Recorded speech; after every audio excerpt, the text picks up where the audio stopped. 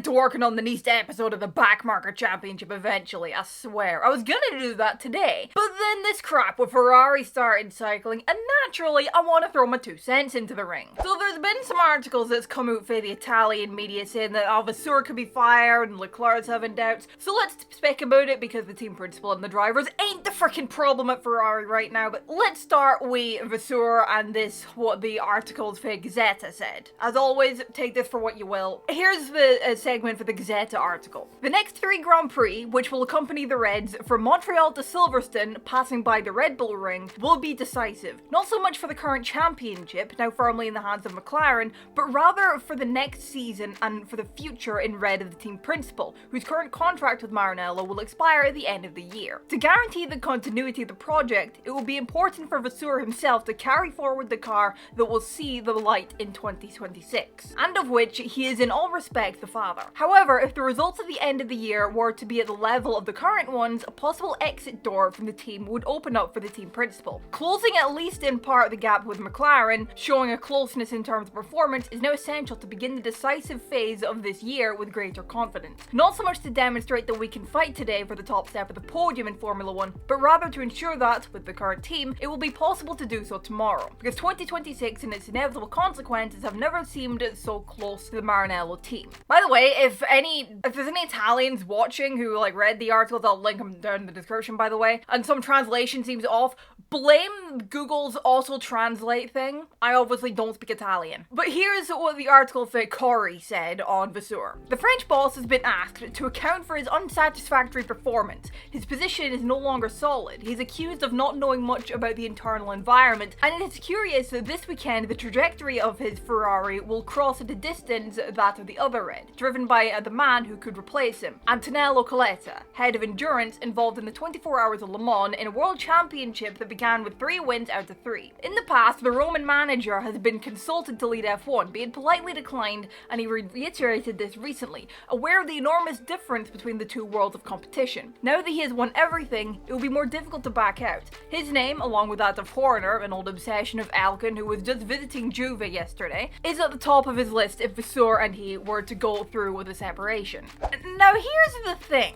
It would be easy to blame Vasseur for the unsatisfactory performance toward one way he's the team principal. However, this ain't the first time we've seen the circus at Ferrari, and one thing I think is perfectly clear to everybody at this point, say it with me people, Vasseur is not the problem. It is not like Vasseur doesn't know how to lead a team to winning, because he does. Fred was one of the founding guys behind Arts Grand Prix, formerly known as ASM, which has been a powerhouse in the junior racing for a long time. Ferrari is a very different kettle of fish, yes, Formula 1 is, but it's not like Vasseur doesn't know how to win, because he does. Back to the matter at hand though, change takes time. Bringing in new hires takes time, especially when they have to observe gardening leave before they can join your team. Turning around a massive cargo ship known as an F1 team takes time, and it needs the upper management to be working with the team and to give the team principal the space to do what he needs to do, but more critically the time to turn things around.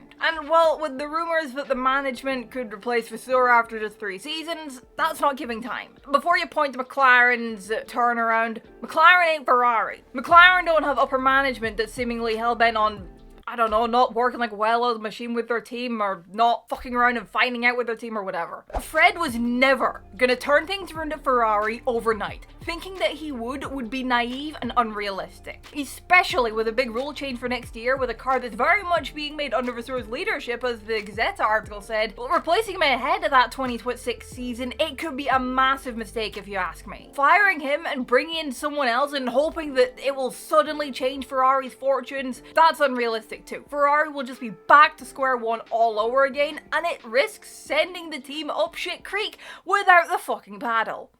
Again. Because if Ferrari do, God forbid, fire Vasseur, I feel they do seriously risk losing Leclerc as well. Back to the article for Corey, here's what they had to say on Leclerc apparently having doubts. Again, take this for what you will. Behind the team principal case is the anxiety of the drivers, Leclerc in the meantime. From its closest circle, some have let slip questions about the contract that ties him to Maranello until 2029. That is, when he'll be 31 years old. Well, okay, he'll be 32 by the end of 2029, but by the by. A definitive definitive marriage characterized by continuous declarations of love, but his confidence no longer seems total. He relives crisis, and it will not have escaped him that Piastri in 1 year, since McLaren have returned to the top, has won almost as much as he did in 7 seasons in red. Nothing is decided, but the simple fact that he can look around without excluding a move to another team, there are exit clauses in the agreement, seems connected to the opportunities offered by 2026. His fear is to find himself on a red that is struggling even in the new cycle of rules. Mercedes, on the other hand, is credited with a technical advantage thanks to the engine. They've not yet renewed Russell's contract, and they've chased Verstappen, but it is likely that Max will stay with Red Bull next year to choose who he wants to join in 2027, unless he really decides to take a break, something that only he can afford. Charles has also always been esteemed by Toto Wolff.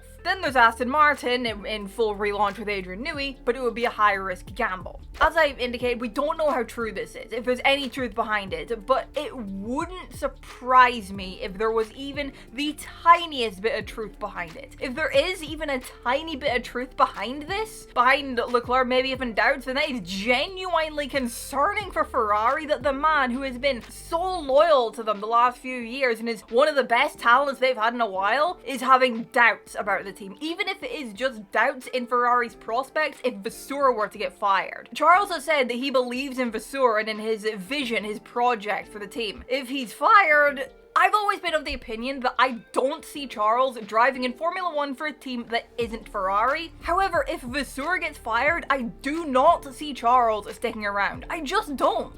And you're probably thinking, if Leclerc did activate the exit clause he has, whatever it is, and he leaves, where does he go? Well, I'd place my bets on Mercedes because I cannot help but feel like George Russell could be expendable. Come on, I think if Toto had to pick between keeping Kimi or George, he's choosing Kimi. And you cannot convince me that if a Charles Leclerc or a Max Verstappen were available to sign, Toto Wolff wouldn't go after them. I think he absolutely would, and you cannot convince me otherwise. And not to mention, on the other side of the garage, Ferrari, they risk losing Lewis too with all this crap. We all know he's not been the happiest bunny as of late, and you can't really blame him for it. He could easily say, sod this, and just retire earlier than probably planned. I'm sure he'll no doubt have something else to do other than racing in F1. Look, the point of this whole spiel is, Vasseur is not the problem. Nor are the drivers. The issues are lying more in the camp of the upper management, in Elkin and Vigna, and honestly, I do not think things will change at Ferrari until there's some change at the top. Perhaps it's time for someone to say, off you pop, let someone else have a go. To Elkin and Vigna, perhaps get people that'll work better with the team. Leave them alone. Let them do what they need to do. If not, if Elkin and Vigna don't leave and instead Vasseur gets the boot, if they boot out yet another team principal, which that kind of seems to me and a lot of folk online what this kind of articles look to be trying to fuel that agenda. You know, if that's what happens, then things won't change at Ferrari. Or, you know,